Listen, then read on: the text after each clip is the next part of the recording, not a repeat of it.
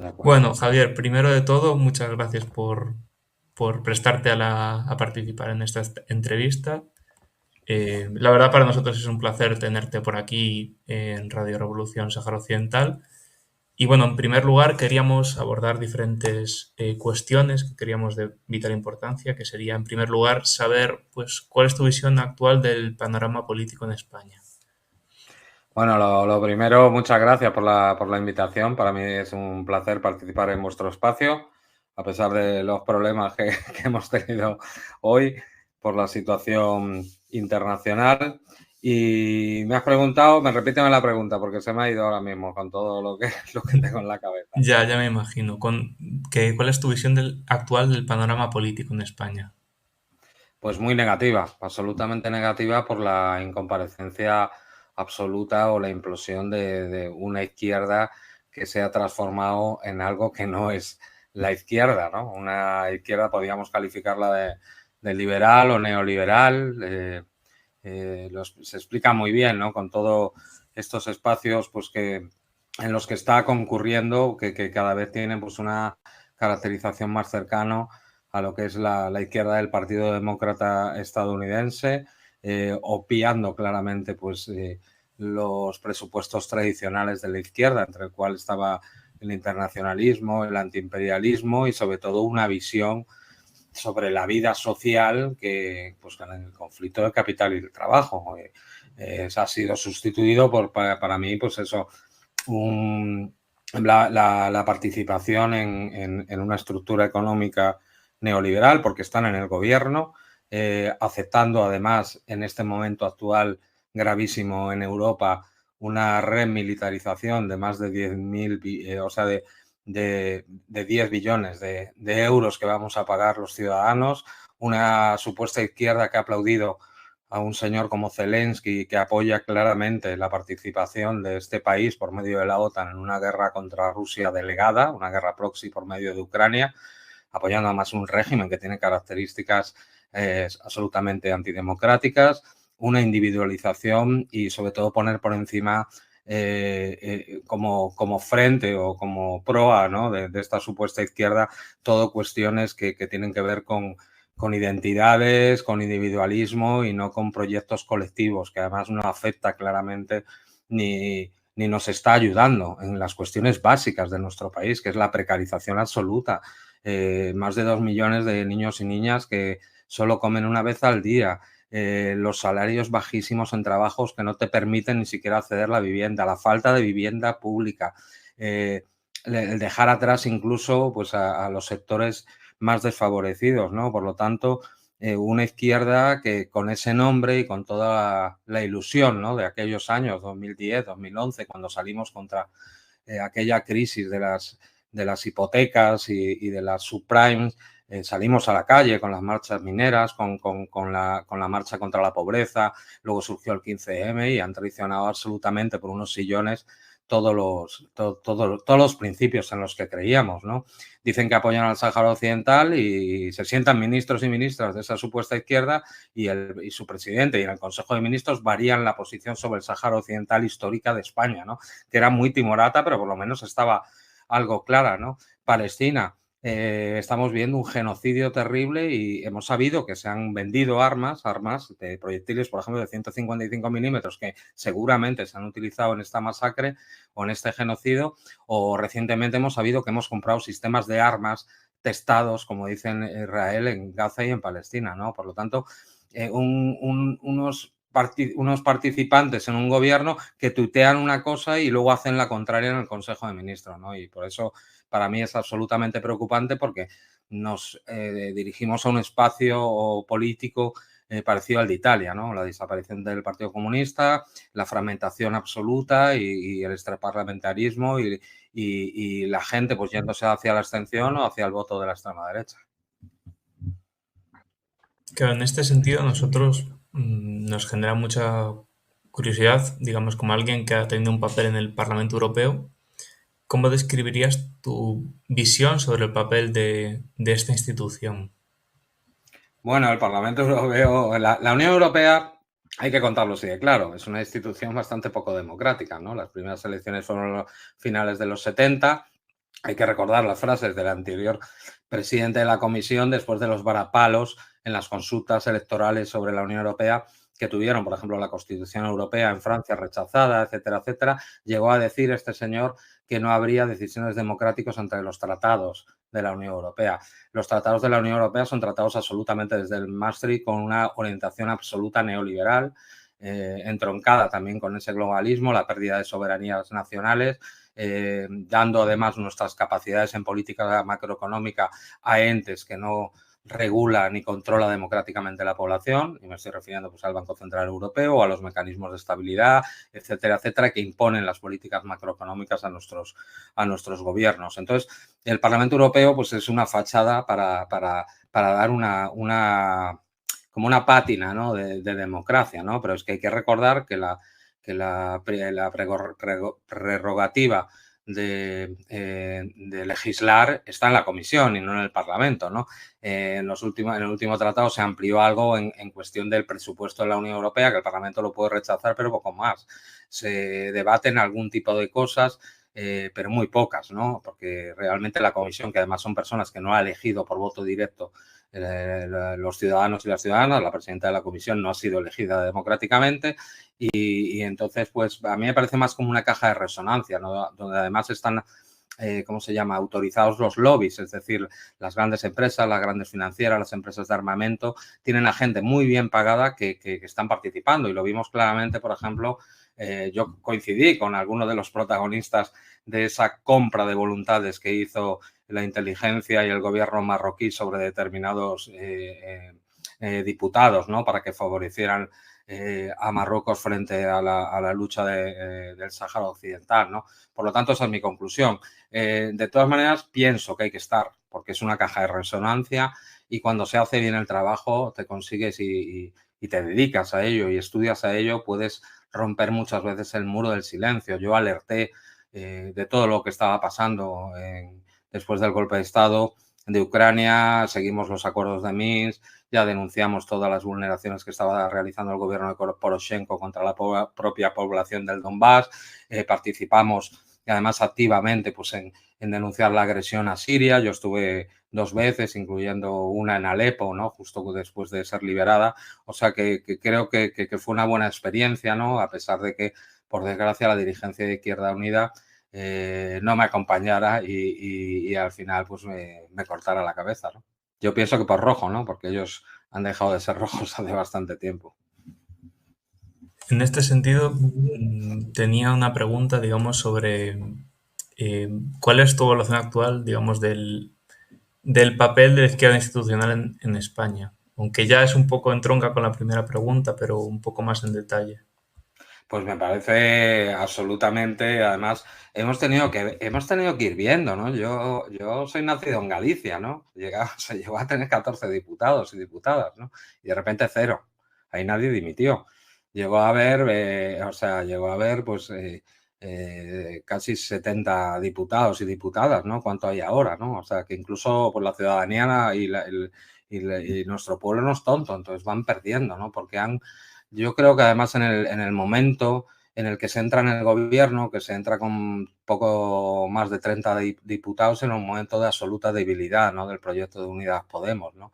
Pero yo creo la caracterización del ego de determinadas personalidades de la dirigencia, ese partido, como era Podemos, muy personalista, pues Pablo y algunos más querían entrar en la historia y entraron en la historia, pero por desgracia entrando en un gobierno en minoría, que sabes que tienes que aceptar toda la política del Partido Socialista llamado Obrero y Español, ¿no?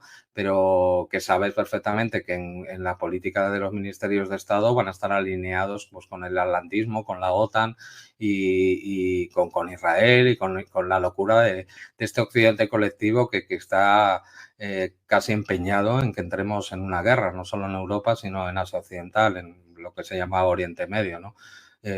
Por lo tanto, pues es muy negativa, muy negativa. Creo que han hecho además perder la ilusión a muchísima gente, pero bueno, eso no nos debe hacer caer en el pesimismo y tenemos que seguir reconstruyendo cada uno en el lugar que quiera estar, porque la izquierda es muy diversa pero por lo menos que haya organización y que haya posibilidad también de pelearla, no solo en la calle, que es fundamental, o en los centros de trabajo, pero también en las instituciones. Yo he echado de menos esas voces, ¿no?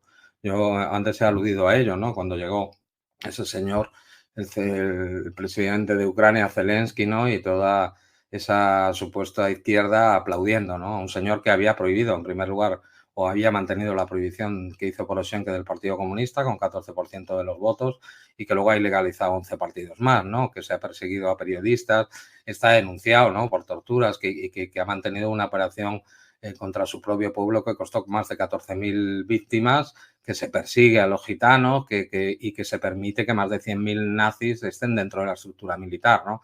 Por lo tanto, pues muy disgustado con esta izquierda actual. También, bueno, al hilo de lo que has estado comentando sobre, digamos, la izquierda y también tu visión sobre el Parlamento Europeo, quería preguntarte un poco sobre Polo de la Izquierda, porque, bueno, hace unos días has presentado esa candidatura y quería preguntarte un poco si más detalles de la candidatura, también dentro de esa lógica del Parlamento Europeo, qué sentido tiene presentarse y para terminar, digamos, si tenéis previsto presentaros a más elecciones o simplemente es un intento de cara al Parlamento Europeo y después ya se verá. Bueno, no, el Polo de la Izquierda era un foro de debate que hemos mantenido durante un año y medio, pues gente que ha pertenecido tradicionalmente al Partido Comunista, a los sindicatos de clase, a Izquierda Unida, incluso gente del PSOE que con esta deriva otanista se ha salido, ¿no?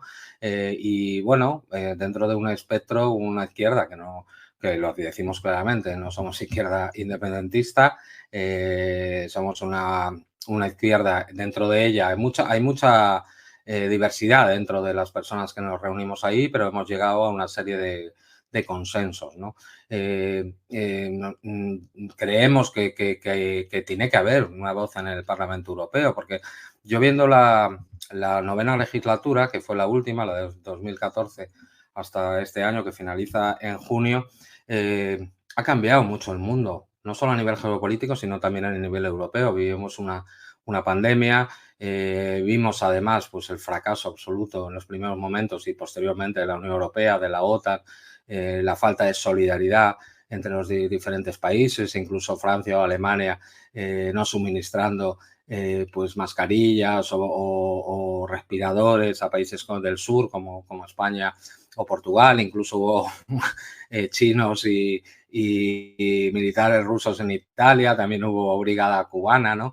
Y vimos claramente pues desde los diputados que había de la izquierda, pues prácticamente una desaparición absoluta y no hacer unas reflexiones políticas de lo que significaba la Unión Europea frente a esa pandemia, ¿no? Luego, por ejemplo, la compra casi fraudulenta por parte de la presidenta de la Comisión en connivencia con determinadas farmacéuticas de las vacunas, no permitir además las vacunas cubanas o las vacunas rusas, las cubanas con una efectividad del 97%, utilizar además ese poder para imponer a veces casi una dictadura. Ahora se está, por ejemplo, debatiendo sobre la ley de pandemias, ¿no? La ley de pandemias que pondría a los gobiernos si hay una nueva pandemia bajo organismos multilaterales que tendrían capacidad sobre nuestras propias soberanías.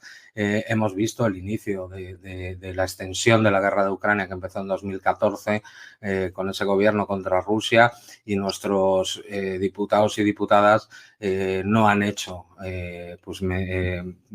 comparecencia, ¿no? Pues para pedir lo que ha pedido la izquierda tradicionalmente, ¿no?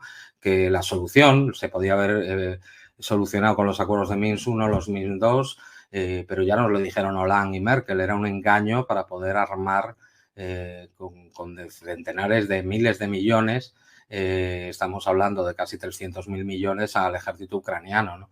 Y nuestras voces timoratas absoluto, incluso condenando a Rusia, ¿no? Cuando en la política real lo sabes y no apoyando sobre todo que es lo que hace falta, ¿no? Un tratado de seguridad colectiva que afecte a Rusia y a España, admitiendo, por ejemplo, la voladura del Nord Stream 1 y Nord Stream 2. O sea, ha habido una absoluta mediocridad en nuestros representantes políticos. Entonces, pensamos que sí, la izquierda que nosotros presentamos debe estar representada. Pero esto sabemos que lo tenemos muy difícil, porque a pesar de que hay una circunscripción única, es un momento que es más fácil para presentarte, el diputado o la diputada vale menos, pero vale menos en cuestión de votos, me refiero. Sabemos que lo tenemos muy difícil, no tenemos dinero, no tenemos apoyo de ningún medio, nos van a dar ni La Sexta, donde le dejaban salir a Pablo, donde le promocionan todos los días a Yolanda, no nos van a dejar pasar porque estamos excluidos. Yo soy una de las personas que ha criticado la rusofobia y toda esa implementación de esa guerra de la OTAN que cada día va a más, pero tiene que ser, a nuestro juicio, vamos a continuar con el trabajo, ¿no? Ya hemos dicho que nos hemos puesto en común mucha gente de diferentes sensibilidades de la izquierda. Yo, del manifiesto electoral que hemos elaborado, todos hemos bajado un poco, hemos subido algunos otros, pero a mí lo que me importa mucho de ese manifiesto electoral, sobre todo, es esa clara definición geopolítica, ¿no? De que nosotros queremos estar en una izquierda que defendemos un mundo multipolar, que queremos llevarnos bien con Rusia, que no estamos de acuerdo con la OTAN ni con la militarización a la que nos quiere someter. O sea, el presidente del gobierno habló en el Senado, ¿no? de elevar el mayor gasto militar del mundo, de nuestra historia, cuando se ha subido 36% en la cesta de la compra. Es que antes de empezar la intervención militar especial, el aceite de oliva valía 3 y pico euros y ahora vale 13, ¿no? Ayer lo vi a 13 euros, ¿no? Un aceite de marca, ¿no? Y los otros valen 9, casi 10, ¿no? Y eso es porque estamos trasladando todo ese dinero a las empresas de armas estadounidenses para armar a un ejército que está siendo derrotado, como es el ucraniano. Vale, en relación a política exterior, te quería preguntar qué crees que ha llevado al presidente Sánchez a abandonar la legalidad internacional y tratar que España abandone su posición como potencia administradora del territorio saharaui. Bueno, pues lo que todo el mundo sospecha, yo creo que ha pasado y se comenta en la comunidad de inteligencia, se comenta pues que Marruecos debe saber algún secreto inconfesable, ¿no? Del presidente o de su entorno, ¿no? Porque ha cambiado unilateralmente la política exterior de España, ¿no? Y haciendo dejación, como dices tú bien, del derecho internacional y sus obligaciones como potencia administradora, que se comprometió incluso en la ONU para permitir ese referéndum que le diera el derecho a autodeterminación al pueblo del Sáhara Occidental, algo reconocido en Naciones Unidas. Es un territorio a descolonizar. Yo tuve la oportunidad de hablar al principio de la legislatura en la que estuve yo, 2015, en la sede de Naciones Unidas, pues defendiendo que se cumpliera con la legalidad internacional y se permitiera la autodeterminación del Sáhara Occidental, ¿no? Por lo tanto, la única explicación que puedo entender es que haya sido, como se comenta, aunque sea sottovoce, a nivel los sistemas de espionaje israelíes, entre ellos pues, se ha comentado uno de ellos, pues que se le ha conseguido pues doblarle el brazo y cambiarlo, ¿no? Porque además es terrible, ¿no? Porque esa izquierda que se reclama del Sáhara va a las manifestaciones de solidaridad con el Sáhara Occidental, está en el Consejo de Ministros y no se ha levantado de su sillón cuando se ha incumplido no solo con sus programas, tanto del PSOE como de Podemos, Izquierda Unida, Sumar, etcétera, etcétera, y siguen avalando lo que es una decisión unilateral, una estafa a la ciudadanía española, porque además era un consenso de Estado que se había mantenido durante todos los años de la democracia. Unos más y otros menos. Sabemos que el PSOE siempre se halla bien, solo hay que contar pues el palacete que tiene Felipe González en Marruecos y, por desgracia, pues Zapatero y Moratinos también participando o incluso destacadas personalidades de ese partido que trabajan en lobbies marroquíes y que incluso pues tienen la desvergüenza de dar conferencias en Marruecos con mapas en los cuales el Sáhara Occidental está anexionado a Marruecos, ¿no? Por lo tanto, la única explicación plausible que tengo es esa, porque si no, no la entiendo. Vale. Quería preguntarte también si consideras que Naciones Unidas y la MINURSO realmente si tienen potencial para resolver la situación del Sáhara Occidental.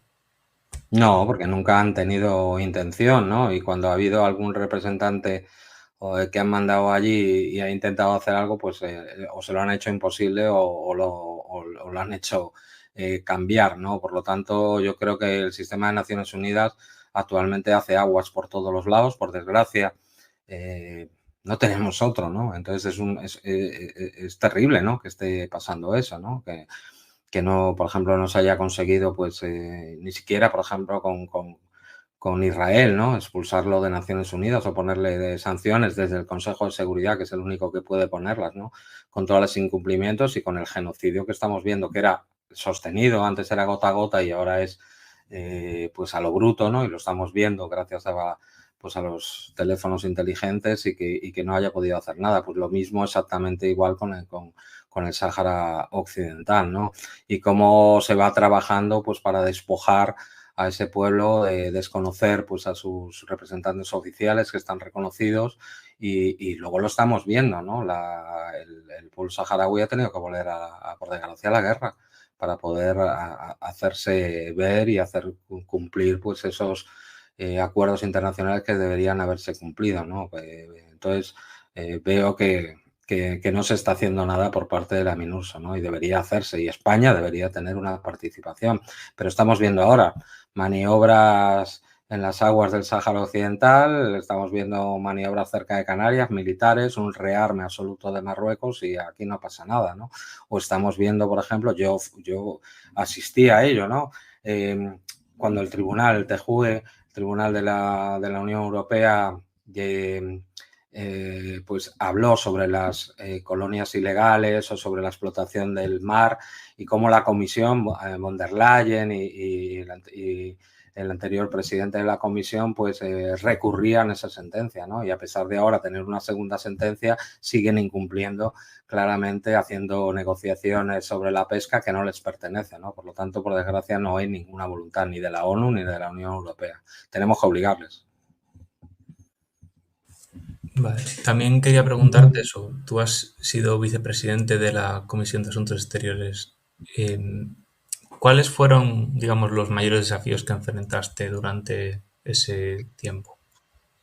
Pues sobre todo asistir estupefacto a la creciente rusofobia, es decir, a una agresividad manifiesta desde el primer momento que yo no entendía en 2014, luego lo fui entendiendo y lo fui estudiando, sobre todo de los parlamentarios polacos y de los países bálticos, de echarle todas las culpas a Rusia y preparar a la población europea para lo que estamos viviendo ahora mismo, que es una guerra por delegación que puede extenderse a una guerra o por lo menos se utiliza para amenazarnos y para poder gastar todo ese dineral que necesitaríamos para escuelas, hospitales, reindustrialización, para que mejorara nuestra calidad de vida y huyéramos de la precarización a la que nos están llevando a las poblaciones europeas, pues gracias a ese discurso, ¿no? Eso fue el reto y el reto también fue el de, yo creo que batí el récord de preguntas no contestadas, ¿no?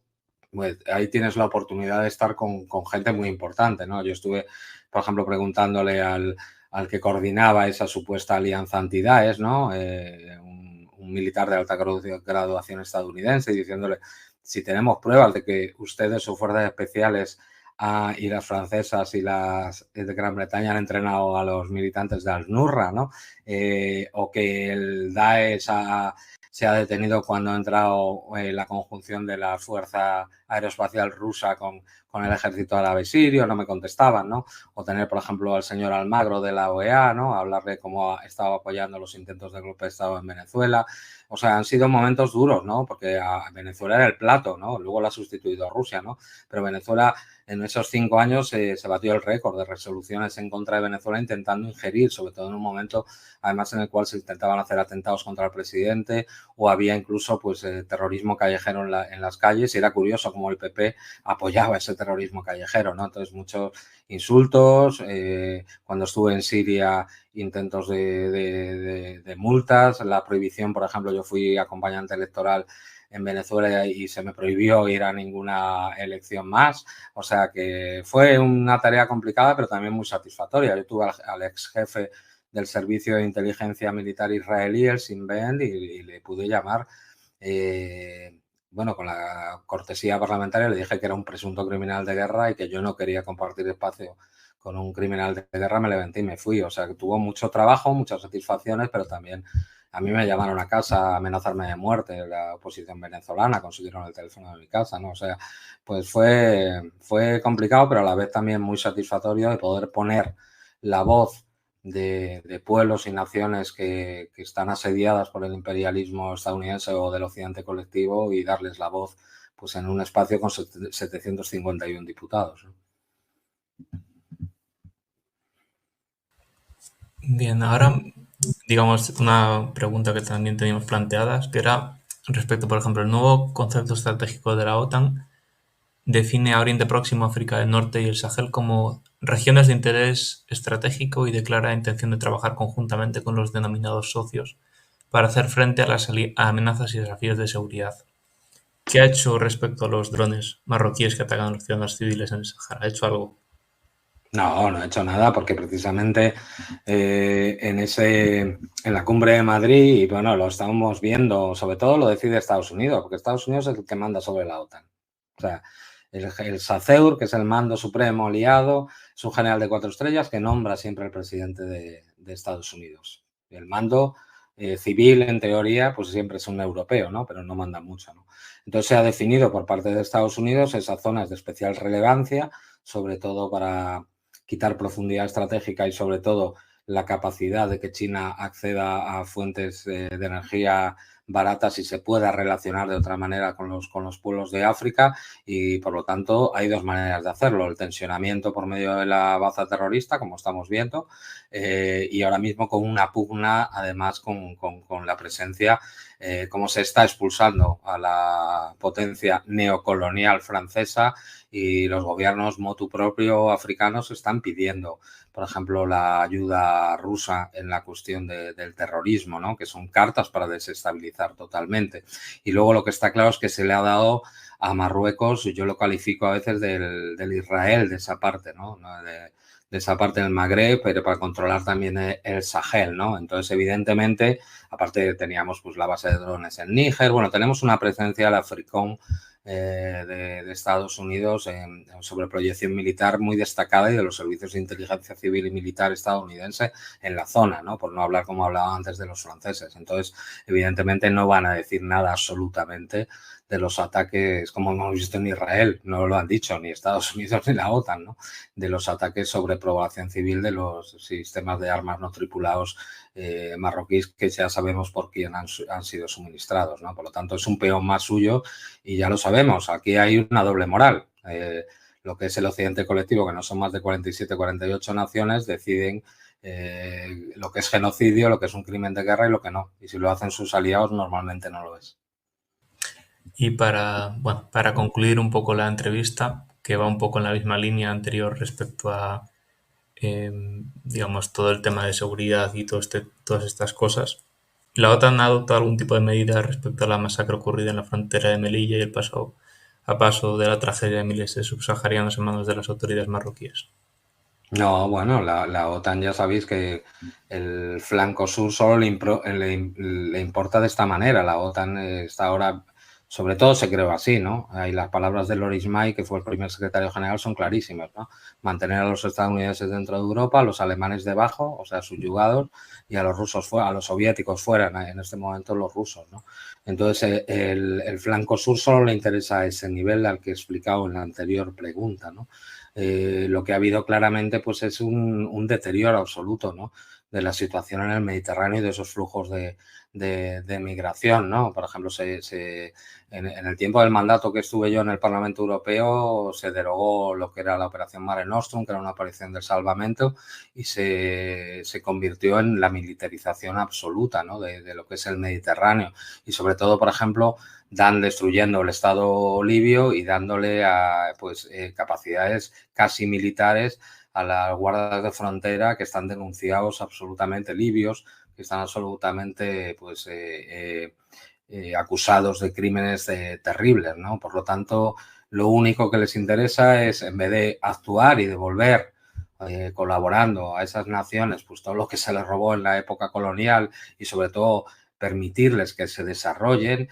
Afortunadamente parece ser que está habiendo un movimiento de soberanía y de reclamación de poder realizar su camino de esos países árabes, que son además la mayoría de ellas por guerras, y que han llevado no solo las empresas multinacionales occidentales, sino muchos países.